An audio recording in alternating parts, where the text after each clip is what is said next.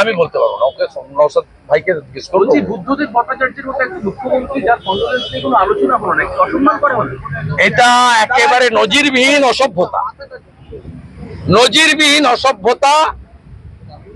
এই ধরনের উচ্চ মাপের নেতা যার সংসদীয় রাজনীতিতে বিরাট ভূমিকা, 6টা টার্ম তিনি এখানকার এমএলএ, একাধিকবার মন্ত্রী এবং মুখ্যমন্ত্রী, তার সম্পর্কে শোক জ্ঞাপনের সুযোগ আমাদেরকে আজকে শাসক দলের অঙ্গুলি হেলনে স্পিকার দেয়নি।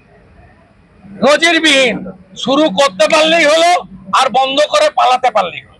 নির্যাতিতার নাম জিজ্ঞাসা করতে চাইলেন, এটা তো আইনত একেবারে দণ্ডনীয় বিষয়, নির্যাতিতার নাম জিজ্ঞাসা করা। ও একটা চোখ বন্ধ থাকে সবসময়। আমি স্পিকারকে বলছি যা পারেন করে নেন। রামপুরহাটের বকটুইতে যে মুসলমান ভোটে মমতা ব্যানার্জি মুখ্যমন্ত্রী, সেই মুসলমান মহিলা শিশুদের যখন পুড়িয়েছিলেন তখন কোন মুসলমান এমএলএ প্রতিবাদ করেনি। আমরা প্রতিবাদ করেছি, বিজেপি ভোটের জন্য নয়। অপোজিশন লিডারকে 5 মাস বাইরে রেখেছেন, আমি আমার ভাতা পর্যন্ত 5 মাস তুলিনি। আপনি যা পারেন করে নেন, আরজি করেন নির্যাতিতার জন্য। আর পারেন লড়াই, 1 ইঞ্চি জমি ছাড়া হবে না, বলে রাখলাম। যা পারেন করে নেন।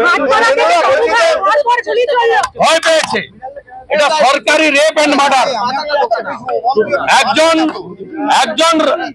এক্সিস্টিং রানিং ডক্টর সরকারি প্রিমিসেসে নাইট ডিউটিতে ডেকে এনে মমতা ব্যানার্জির পুলিশ ডিপার্টমেন্ট থেকে বেতন দেওয়া সিভিক যদি অভিযুক্ত হয়ে থাকে কলকাতা পুলিশের দাবি অনুযায়ী, তাহলে ডেকে এনেছে মমতা স্বাস্থ্য দপ্তর, আর রেপ করেছে মমতার লোক পুলিশ ডিপার্টমেন্টের সিভিক। ভাটপাড়া থেকে বাবুঘাট গুলিকাণ্ড, কি বলবেন এই বিষয়টা নিয়ে? গুলি চলছে একাধিক জায়গায়,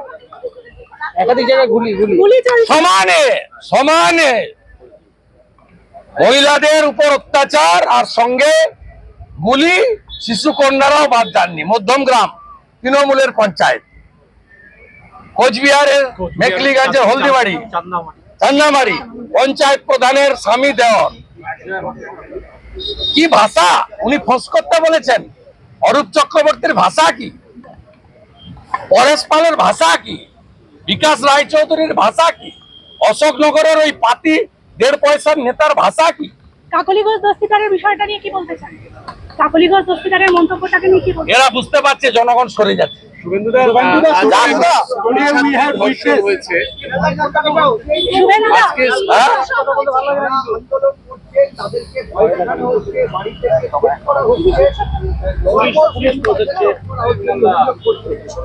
এবারে আন্দোলনটা পুলিশের বিরুদ্ধে করতে হবে, সময় এসে গেছে। আজকে সুপ্রিম কোর্টে বিনীত গোয়েল আর তার মালিক মমতা ব্যানার্জি থাপ্পড় খেয়েছে, 1 লাইন অর্ডার দেয়নি, শুনে ডিসমিস করে দিয়েছে এসএলপি। লজ্জা ছাড়া মমতা ব্যানার্জি। সুপ্রিম কোর্ট আজকে বিনীত গোয়েল, মমতা ব্যানার্জি, রাজীব কুমারকে একসঙ্গে থাপ্পড় লাগিয়েছে। এদের লজ্জা আছে?